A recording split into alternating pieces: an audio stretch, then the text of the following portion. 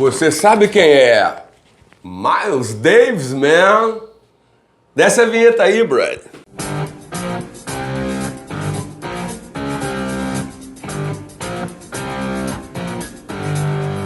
Miles Davis, o maior trompetista de todos os tempos. Você pode falar assim, mas tem o Dizzy Gillespie, pô, tem o Stan Getz, tá cheio deles, mas Miles Davis é vital. Além de ser um músico muito influente no século XX, ele foi descoberto aos 15 anos por nada mais, nada menos do que o maior saxofonista de todos os tempos, Charlie Bud Parker. E estreou na banda do Charlie Parker com 15 anos, tá? O Miles veio fazendo uma carreira brilhante, ele é o homem do bebop, ele é o homem do jazz cool e ele foi o precursor nas grandes vendas de discos de jazz, que não tinham grande expressão nas paradas de sucesso. E em 69, com essa maravilhosa peça, ele consegue produzir um disco que mistura elementos elétricos com elementos acústicos. O Beach Brew nada mais é do que a vanguarda naquele momento. Tanto é que o disco foi massacrado pela crítica num primeiro momento. O pessoal do jazz, então, desceu a repa. Sempre lembrando que música negra, né? O jazz, ele é um dos filhos diletos do blues. Porque o blues, aqueles cantos, né, dos campos de colheita, mais adiante eles vão ganhar uma sofisticação tremenda. Por quê?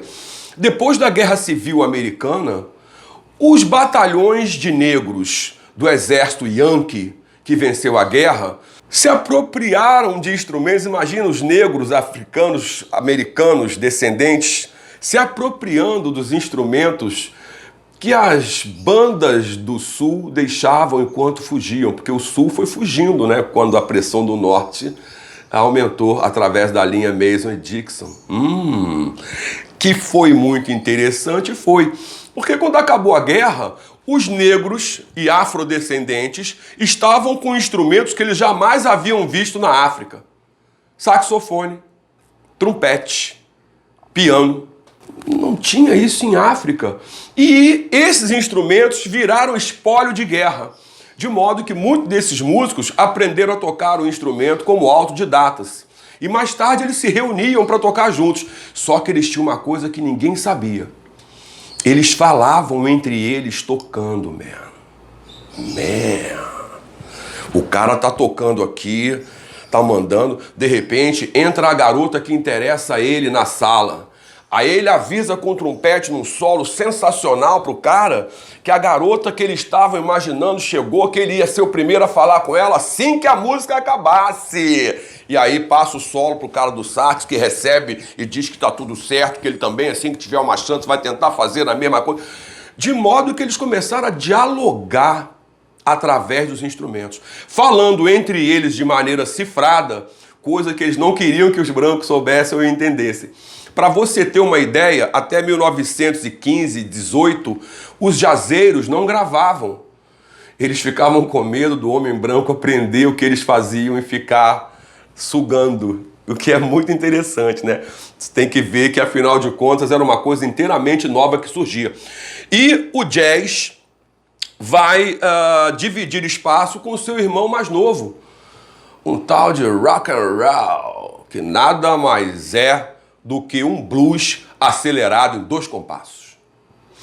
Então, por que o jazz acabou no meio do blues, do rock, se tornando um gênero muito importante?